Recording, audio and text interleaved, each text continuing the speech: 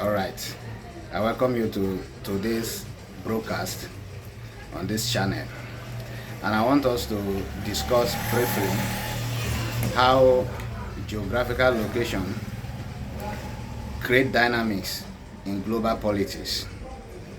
You know, all of us are a bit relaxed now with the latest development from the United States of America and Iran concerning the assurance of reopening the Strait of Homuz that have kept the global energy market rising for the past 1 month plus. And the tension, as a matter of fact, was actually getting to a climax with the last 48 hours ultimatum given by Donald Trump. But hopefully that has been pushed forward by 2 weeks ceasefire deal that has been agreed by both parties in the last 6 hours or thereabout. You know, you begin to wonder the position of Russia over the last 40 days and the position of China and the recent veto by Russia and China concerning the proposition of joint military effort to push the Strait of Hormuz to be open. We know that China and Russia are close allies of Iran, but they are choosing their fight strategically. They don't want to be involved fully because they are getting involved would trigger World War III, as we all expected.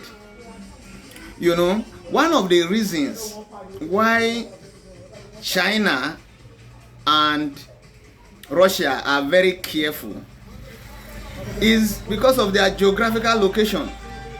If you must know, Russia as a country has borders with 14 countries.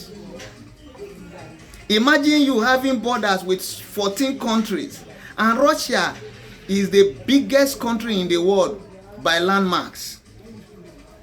Having borders with 14 countries,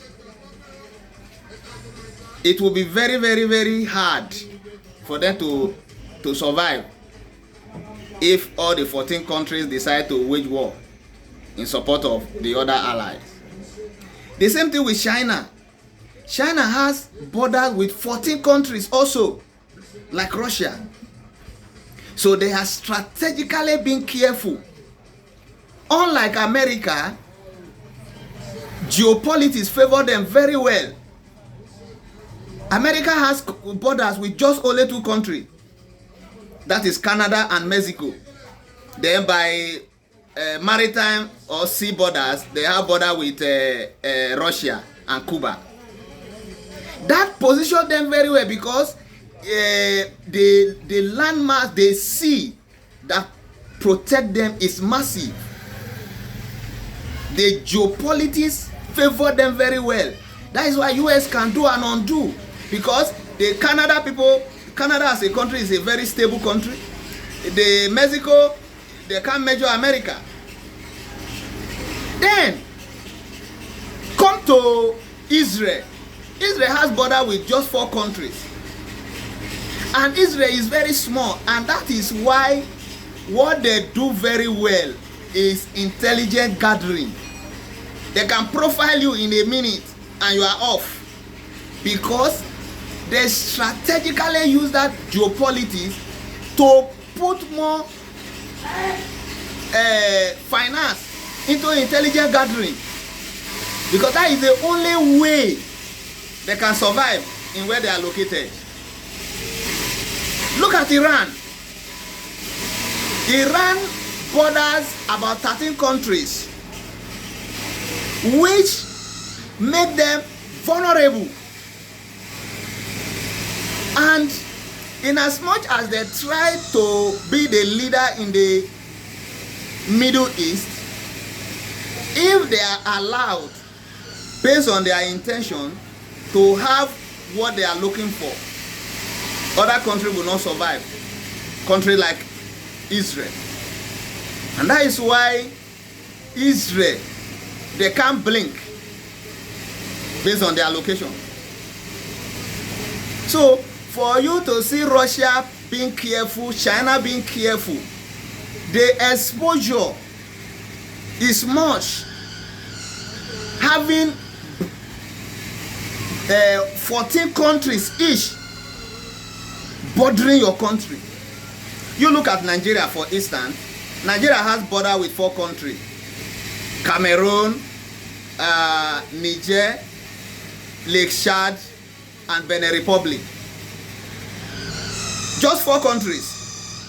So if we are having internal problem now, or with any other countries, it's even difficult for us. Talk less of we having border with about 14 countries. It will be so porous for every invasion. And that is what is helping America. Just 2 countries by landmarks.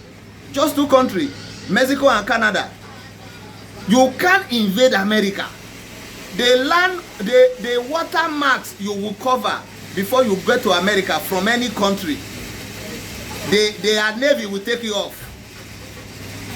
And that is why the geopolitics has favored them, and they remain the world power for a very long time now.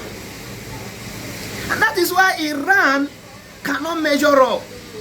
It is a good thing that Iran has agreed to a ceasefire for 2 weeks, and America too has agreed to a ceasefire for 2 weeks. And there is a strong reassurance that the Strait of Homuz will be open for energy movement. And we hope that these 2 weeks they should be able to come to a roundtable negotiation where they will create a permanent agreement that will be abiding by the both sides, so that the Strait of Hormuz will remain functional and open for the 20% daily flow of energy to the world market will no longer be hindered.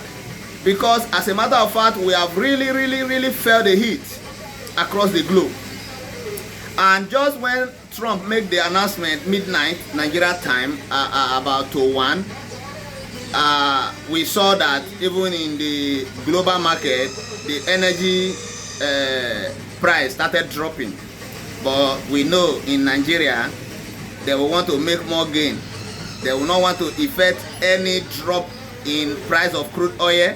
But once it increases, they will shoot up the price immediately. But we thank God the way other world leaders were able to talk to the 2 parties, and a ceasefire deal is reached. Let's hope, in as much as everybody has what favor them in geopolitics, let's hope that the interest of the larger population of the world will be considered, so that they will reach a final ceasefire after the 2 weeks suspension. We are positive and we are hoping, but that is aside.